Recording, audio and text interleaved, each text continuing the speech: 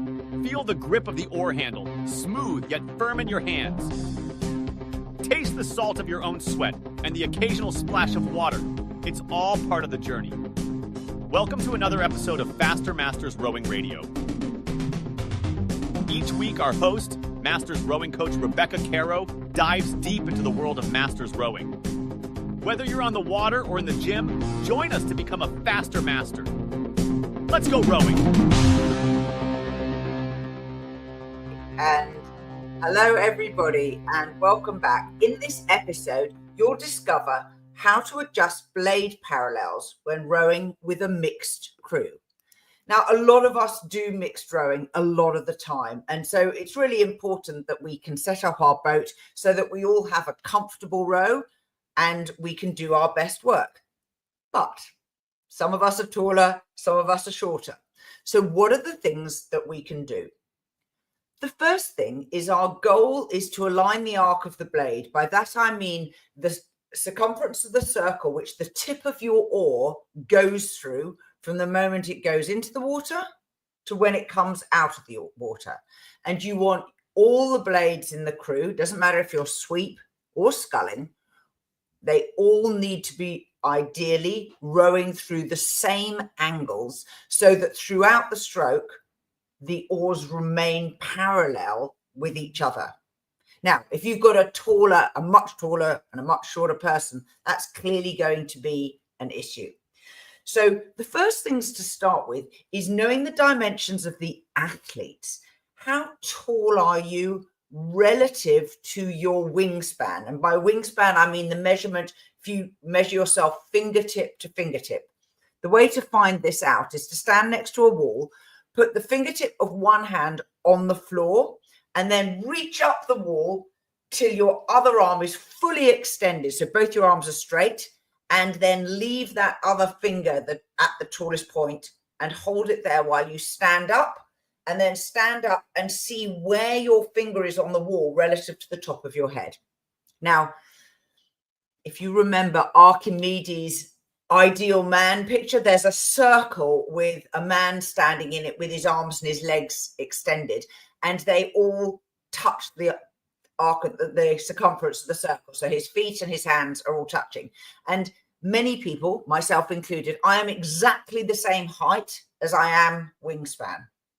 But there are other people who are built very differently. I used to row a pair with a woman whose wingspan was 15 centimeters longer than her height, and she was already taller than me. So you can imagine that produced a certain amount of challenges.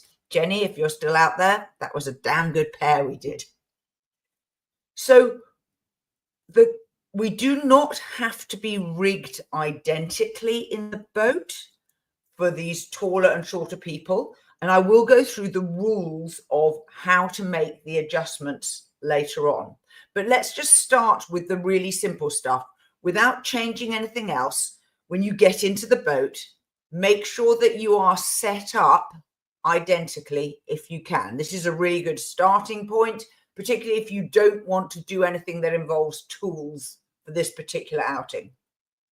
So the first measurement is to see whether or not you can get your finishes lined up and your blades parallel at the finish. And you do this by setting the back of your seat in sweep at a fixed distance behind the pin, or the face of the work is more accurate. So measure back from the face of the work, which is the vertical part of your oarlock, the inside of the square, which is next to the pin, and measure back from there. Between 58 centimeters and 62 centimeters is the general rule, depending on the height of the crew. In sculling, it's a little harder to do that because you have to have a gap between your handles at the finish in order to manage the blade extraction successfully. So in sculling, we tend to adjust to a gap between our hands, and classically this is between 1 and 1.5 fists widths, but that will mean that your seat back, the back of the back wheel of your seat is a little different measurement between the different athletes. So that's a simple start point, and it's also assuming at this point that your using oars that on sculls that are the same length and inboard. Now let's have a look at, if we're going to make other adjustments, what are the adjustments that we can make? And there's a sequence that we go through. So the first things to adjust is equipment. The second things to adjust are rigging. And the third thing to adjust is the athlete's blade work. Now, let's do those in order. Equipment, moving your foot stretchers. I've already hinted about adjusting where your feet are relative to the face of the work. That is a really easy adjustment that you can do. You can also adjust the height of your shoes. If you want to prevent someone coming as far forward up the slide, you can raise the shoes up. That makes it much harder to compress. And so someone who has longer legs, you might raise their shoes up so that they can't get to a fully vertical shin position at the catch. Check your catch and finish angles relative to each person. And so you can make small changes to how you row based on the angles that you want to achieve. So someone might not roll quite so far forward if they were a taller athlete. The second things are rigging. Now, rigging takes a little bit more time, and it presumes that you are the only people using the boat if you're going to change the spans on the oarlocks and the riggers. If you're adjusting your oars, those are easier to do, and you can adjust them back if you're using shared equipment after each practice.